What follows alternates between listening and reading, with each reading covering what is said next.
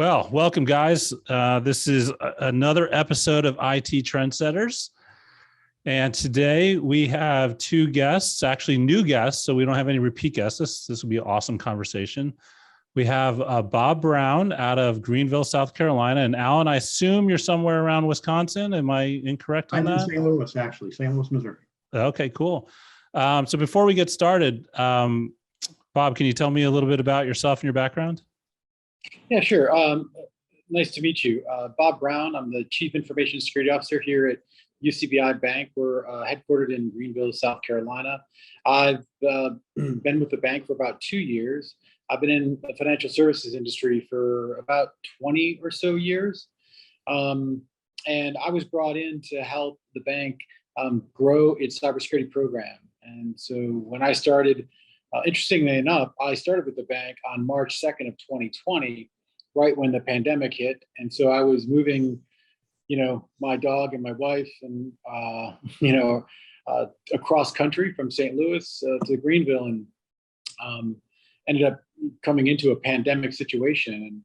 And in some respects, that was good for my program. And because the bank was struggling with this pandemic, I was supporting them in that.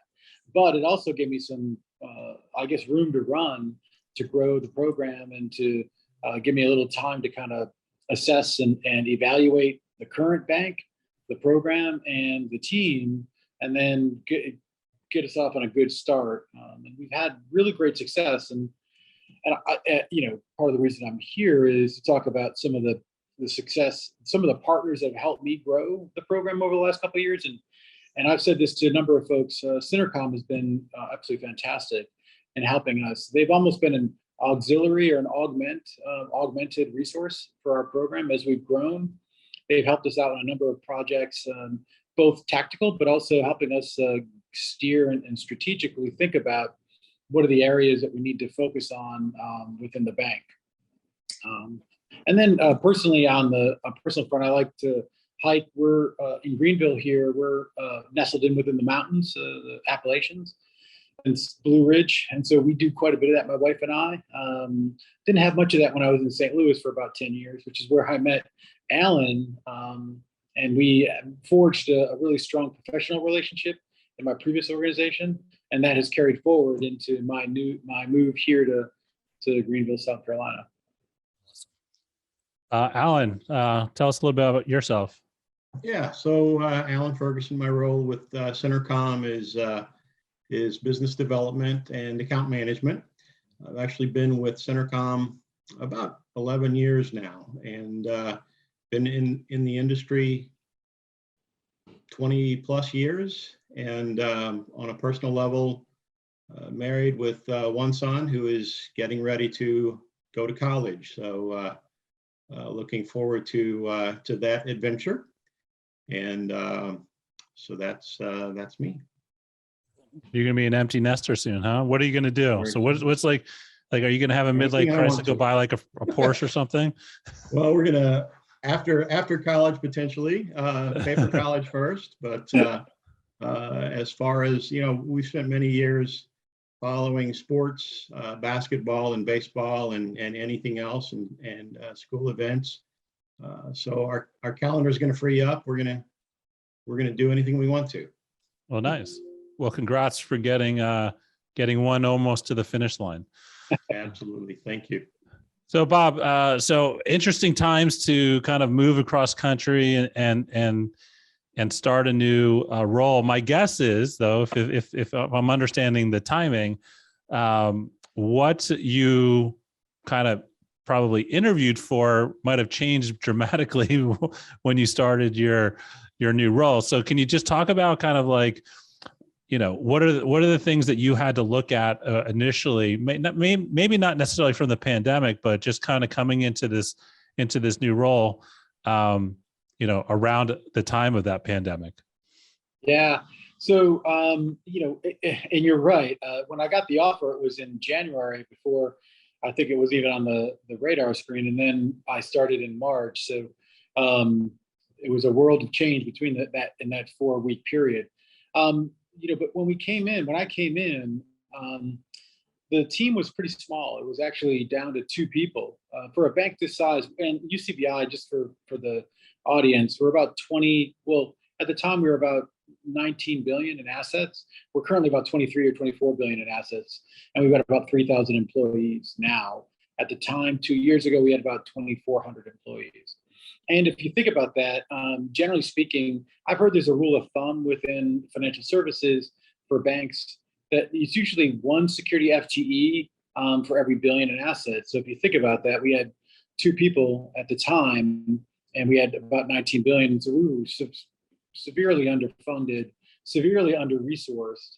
And so what we were able to do was make a case, a 3-year strategic plan, and working with SynerComm, helping to sort of make that case to the leadership, the board of directors. I have a direct line to the CIO and a dotted line to the chief risk officer, as well as I have, communication in with several members of the board of directors. And so my first 90 days was doing that assessment, building a case, and then presenting that case to the board of directors for 3 years, and then building out a budget and building out adopting a framework, and then using that as a lattice to start to put together the security tech stack, the resources, going out to the market, trying to find good labor, trying to find good workers, looking internally for people that had interest in moving into security as well. But I will say, as a stopgap and as a crutch, in some respects, what we did was I looked at partners that I've worked with over the years and had really great success with them. And SynerComm was one of those, where I knew the quality of the personnel, the quality of their commitment to doing the right thing in the right way, was going to, be very serve my purposes in trying to build out that strategy. And indeed, it really did help. We actually, I don't think it's telling anything out, but we had some ground to make up within the regulatory industry, within the regulatory area. And SynerComm and some of the projects we'll talk about helped to really improve greatly our position there. And I think that really helped solidify my vision and my strategy for the board and for the leadership. So Alan, when Bob moved over and we're faced with this global pandemic, and my guess is how you guys stepped in and helped was probably a little bit different than a usual engagement. But my understanding, you guys have been working together on a lot of varying different projects. Let's talk about some of those projects. Sure. I think Bob was familiar with the Assure IT side of the house from working at his previous stop. So that was really the easiest place to start. We started there with, I believe, some penetration testing pretty early on, and really, some of the discussions that we had in scoping out the test was trying to take a different approach, trying to bring some different value to not just do the same thing over and over again, but to really add some pieces to it, look at things differently, and find true vulnerabilities that really needed to be, that his team needed to be aware of. And I hope that was useful to Bob and his team, that approach. It was, Alan. Let me pick up on that, because that is actually an probably appreciated aspect here. When I came in, I think the organization looked at pen testing as a compliance and obligation, a regulatory requirement, and really bringing SynerComm in and having those higher level conversations around, what would a true security professional look for, and what value proposition would we be getting by doing it the same old way? And SynerComm, because of their, I'll say, unique capabilities, we're able to really hone in on some areas that were, I call it soft tissue within the organization.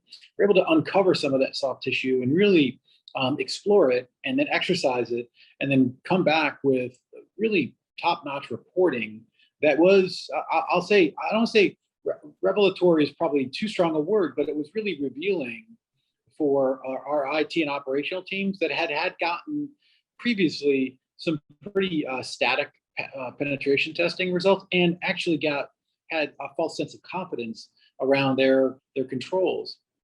And what I'll say is, there were a number of findings in the first report that really distinguished not only SynerComm, but also set the bar for my internal partners as well as leadership to say, oh, okay, this new leader is asking more of not only his partners, but of his team, but also of the organization itself. And I think that in itself was a really great opportunity and a really great example of where SynerComm could really, improve the quality of, and what I'll say, it's a stated goal of Alan's to make us look great and make me look good. And that was an opportunity that it really was. It did make me look good in front of my boss. It made me look good in front of the board of directors, and also, and more importantly, in front of my peers, the director of infrastructure, the database team, the chief data officer, the digital business representatives. They all said, "Oh, wow, okay, this is more than we've seen before. Wow, we've got a lot of work to do here." And that was where SynerComm was able to help us with, kind of looking at that exercise that was used pro forma, maybe as like I said, a compliance, and really use it more of a strategic way to look at our organization from a threat perspective. So, that was a really great win. One of many. So it sounds like, just kind of reading between the lines here a little bit, that you walked into a situation where your department was understaffed based off of kind of industry standards. You've got some, in your business, is the compliance issues or compliance requirements in your business are huge, to say the least. I don't even know if that's the proper word, maybe ginormous and ever changing. And I've had to go through these before, and the requirements of knowledge to understand these requirements, you almost feel like you need to have an MBA just to understand what the requirement is asking you to do.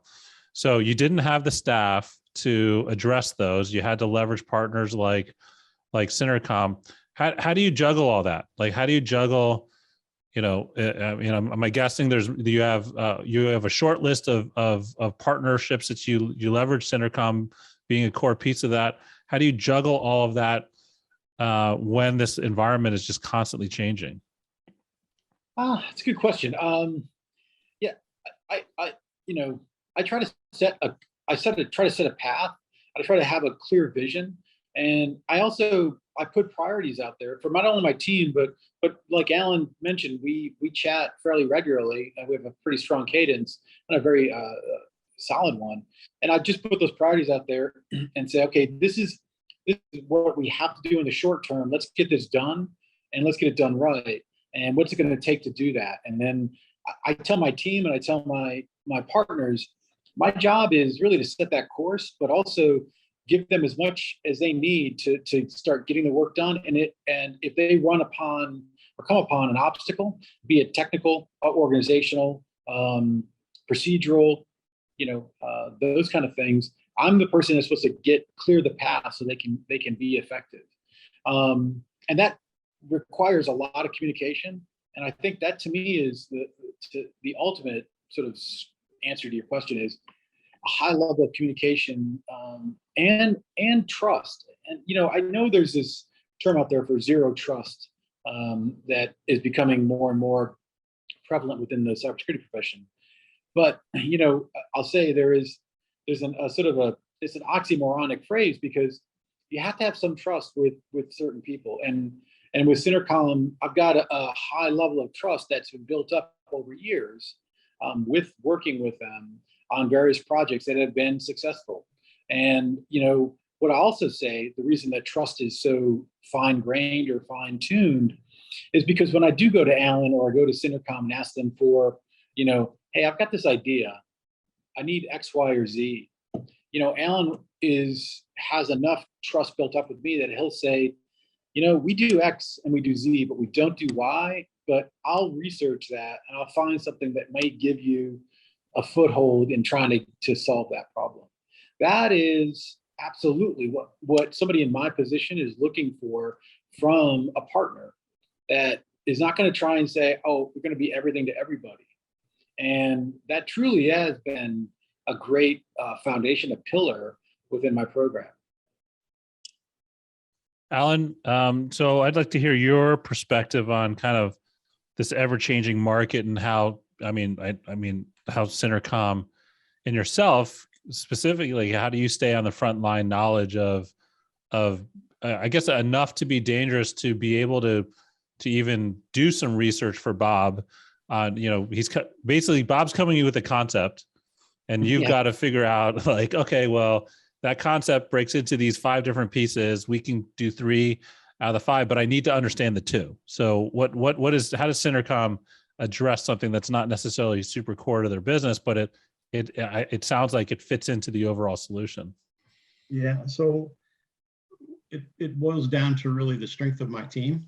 And what Bob doesn't see is the number of internal meetings that we have with my team to talk through some of the concepts and challenges that I bring to them. And we talk about really, it comes down to big picture. Where does he really need to go?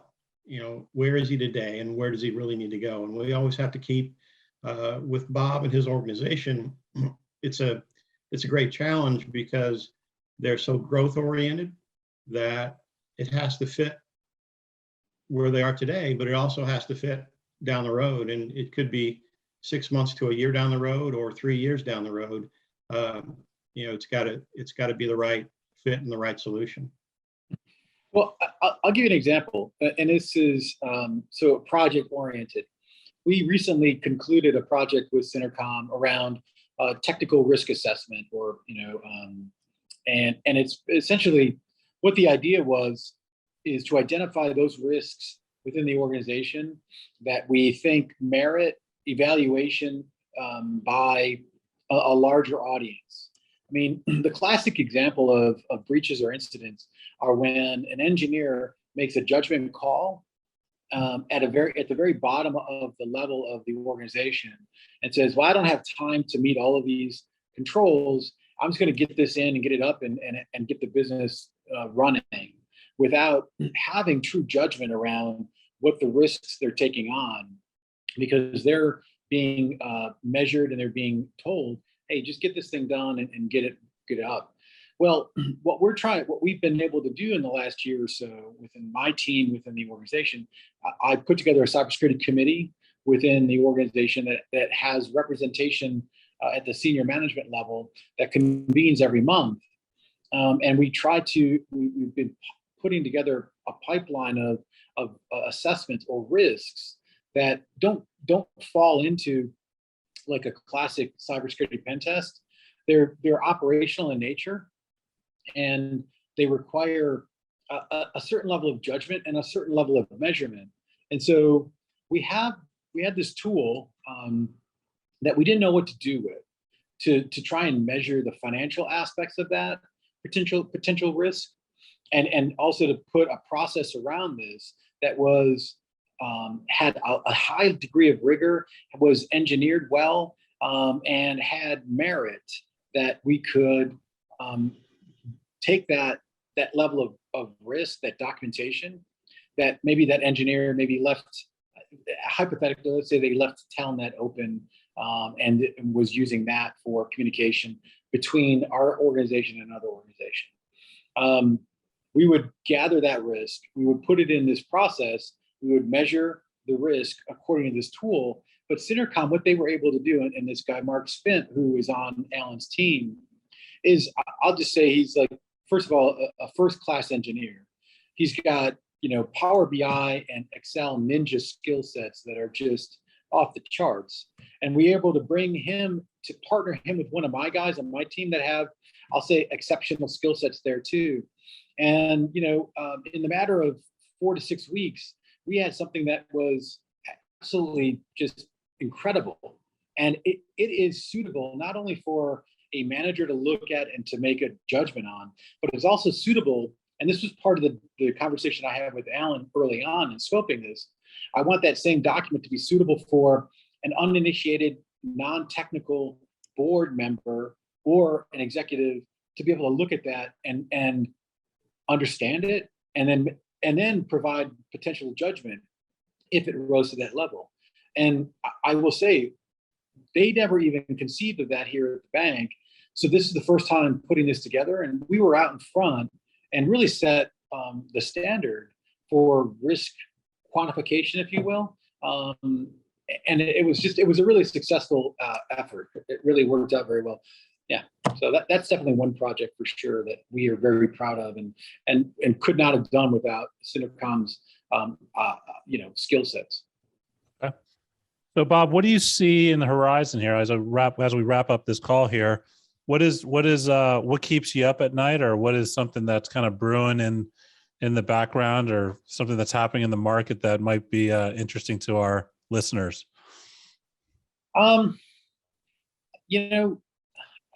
It's a loaded question, right? What keeps us a CISO at a bank at a 23 billion? I'll say what keeps me up at night is just the complexity and the fast pace that's going on in our organization. There's a lot of people doing a lot of things, and I think we have a really competent IT and operational teams. But when you start to encroach on their tasks and squeeze them for resources, squeeze them for deadlines, you find that people are human. Not to be redundant here, but people do make mistakes, and that's the thing that kind of gets me a little bit more concerned, is people doing things maybe even in an ignorant way or just a thoughtless way, just to try and meet a task, and then leave a misconfiguration open, or leave an automated service unprotected, or not doing proper scanning that leaves us vulnerable to a particular malware or other rootkit type of stuff. I have a great deal. I have to rely on the IT teams. I mean, if I talk about this for a second, I've got 15 people on our team now, which is, it's still a little bit, we're getting closer, but we're also trying to automate quite a bit, which may be altering that rule of thumb I cited earlier. But we've got 15 people. The IT team is 105 people. So if you think about that, we're looking for force multipliers that extend our powers. And some of that, and some folks in the audience may say this, I came in and rewrote the policies. The policies I came in with was a 10-pager. We've got 130 pages, but they're all broken up, and they're all editable, and they're all chunkable. So when we see somebody working in a manner that is unfamiliar, obviously with the policies we've set down, it's easy to just shoot them a copy and say, hey, have you seen this? Are you aware of what the privileged access management policy is? And then invariably, the person will say, you know what, I didn't even realize that was out there. And so being able to give folks that guidance, that clear guidance and expectation level, has been super helpful, as well as bringing people in with partners that like Mark Spant, like Lisa Niles, kind of elevate what our current professionals are and say, that's who we should be aspiring to be thinking about technology in that level. SynerComm has a high quality of talent. And so bringing them in helps to rise that level of talent internally within the bank. It gives them a model of which to work towards. So to me, that's kind of what I think keeps me up at night. There's other things that I think from a technical perspective that folks will talk about, but I think that's the primary one right now. Awesome. Well, Bob, Alan, I appreciate your time today. Thanks for coming on IT Trendsetters. You're welcome very much. Have a good day.